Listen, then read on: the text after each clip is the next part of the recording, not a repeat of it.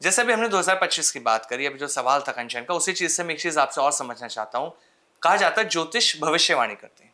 2025 की जब शुरुआत हुई थी, बहुत सारे ज्योतिष आचार्य ऐसे थे जिन्होंने भविष्यवाणी करी कि इस साल में दुर्घटनाएं होंगी, आपदाएं आएंगी, वो सारी चीजें हुई भी। जब ज्योतिष ये सारी भविष्यवाणी कर सकते हैं तो वो पहले से लोगों का अवेयर क्यों नहीं कर पाते कि आने वाला टाइम ऐसा आने वाला है, आप इस चीज से बच सकते हैं? उसमें बड़ी सिंपल सी बात है ना जी। कि जब कोई नए साल की शुरुआत होगी तो उसमें सर्दी भी आएगी, गर्मी भी आएगी, बरसात भी आएगी। ठीक है, दिन भी होगा, रात भी होगी। True. एक दिन के अंदर सुबह भी है, दोपहर भी है, शाम भी है। हाँ। तो अगले साल के बारे में प्रेडिक्ट करने में क्या प्रॉब्लम है? 6 चीजें प्रेडिक्ट करो आप, 4 चीजें मैच कर जाएंगी। हकीकत। हाँ, मैं जानूं तो जब ना कि आप अगर एस्ट्रोलॉजर हैं, आपके पास कोई आदमी आया है, आप उसको बताओ कि भाई आपकी हेल्थ की प्रॉब्लम है। आप उसको बताओ कि भाई ये आपकी मैरिज की प्रॉब्लम है। तो लाभ है ना। आप आम आदमी के भले की बात सोचो ना। सिर्फ अपने नेम फेम के लिए, प्रेडिक्शन करने के लिए कि भाई आपने 6 चीजें कही, 4 उसमें से हो गई।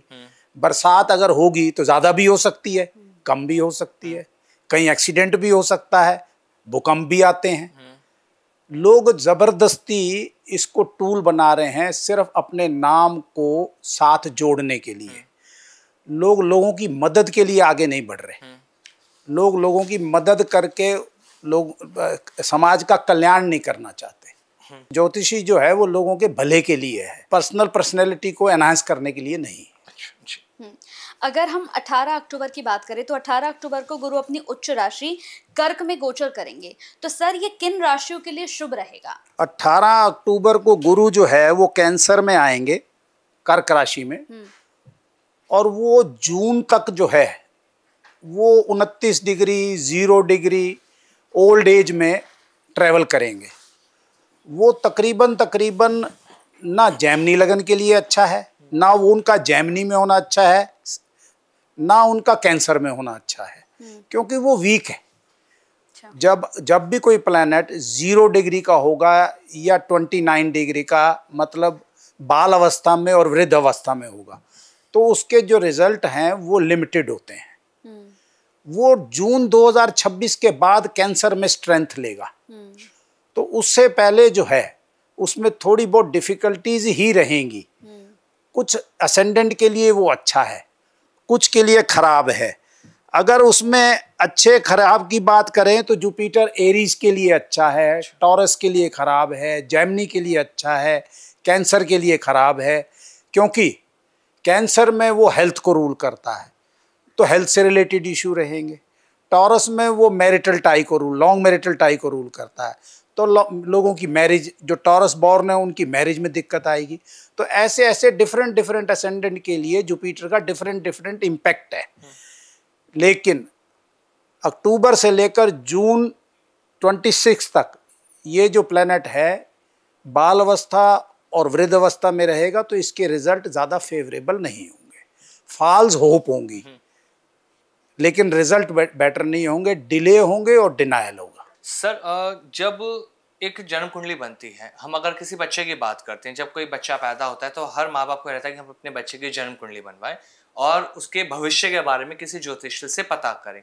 ये कितना संभव है? अगर हम भविष्यवाणी की बात करते हैं, एक बच्चे की जब जन्म कुंडली बनती है, उसके करियर के बारे में, उसकी हेल्थ के बारे में, उसके एजुकेशन की अगर हम बात करते हैं, तो क्या ये भविष्यवाणी की जा सकती है कि वो बच्चा कैसा रहेगा, उसका करियर कितना अच्छा हो पाएगा, ये हेल्थ उसकी कैसे रहेगी? बिल्कुल।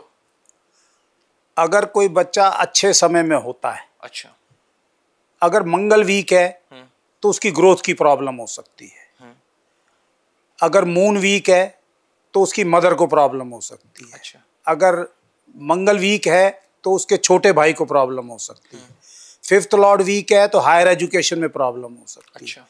5th लॉर्ड स्ट्रांग है तो हायर एजुकेशन बढ़िया होगी।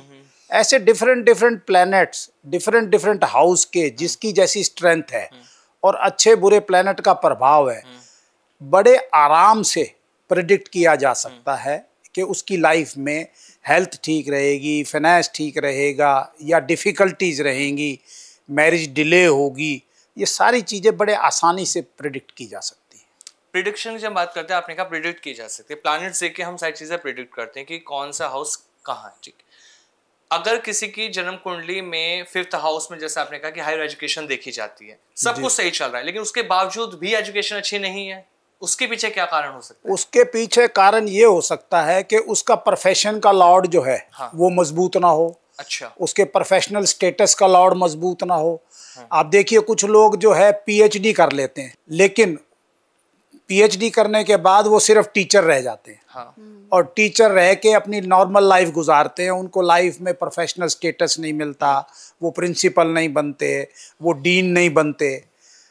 ठीक है। और कुछ लोग कम पढ़े लिखे होते हैं, वो मिनिस्टर भी बन जाते हैं और प्राइम मिनिस्टर भी बन जाते हैं। तो हर चार्ट जो है, हर हॉरोस्कोप जो है वो टोटलिटी में देखी जाती है। आप सिंगल हाउस से, सिंगल प्लेनेट से किसी भी की लाइफ को प्रेडिक्ट नहीं कर सकते। अब ये जो आपका शरीर या मेरा शरीर जो चल रहा है, इसमें अगर एक चीज वीक है तो लाइफ चलती है, लेकिन घिसट घिसट के चलती है। अगर सारी चीजें परफेक्ट हैं तो लाइफ बहुत बढ़िया चलती है। तो हर ऑर्गन का जैसे बॉडी के अंदर पार्ट है, हर ऑर्गन की से है, ऐसे एस्ट्रोलॉजी के अंदर हर हाउस की और हर प्लेनेट की से है। एक प्लेनेट से आप एक एरिया फिक्स नहीं कर सकते। मैरिज के लिए अगर आप बात करो, मैरिज 8th हाउस से लॉन्ग मैरिटल टाई देखा जाता है, 4th हाउस से डोमेस्टिक पीस देखी जाती है, 5th हाउस से happiness on account of children देखा जाता है, 7th हाउस से पार्टनर फ्रॉम प्लेयर फ्रॉम देखा जाता है, player from partner, 2nd house से कंटिन्यूएशन ऑफ फैमिली लाइफ देखी जाती है, और वीनस से मैरिटल हार्मोनी देखी जाती है। तो अब बताइए एक मैरिज के लिए 1st, 4th, 5th, 7th and 8th and Venus, कितने कॉम्बिनेशन हो गए। इतने कॉम्बिनेशन देखने के बाद आप मैरिज और मैरिटल लाइफ की सक्सेसफुलनेस देख सकते हो। आपकी मैरिज हो गई, बच्चे नहीं हुए, क्या फायदा ऐसी मैरिज का? आपकी मैरिज होगी, मैरिटल हार्मोनी नहीं है, क्या फायदा हुआ?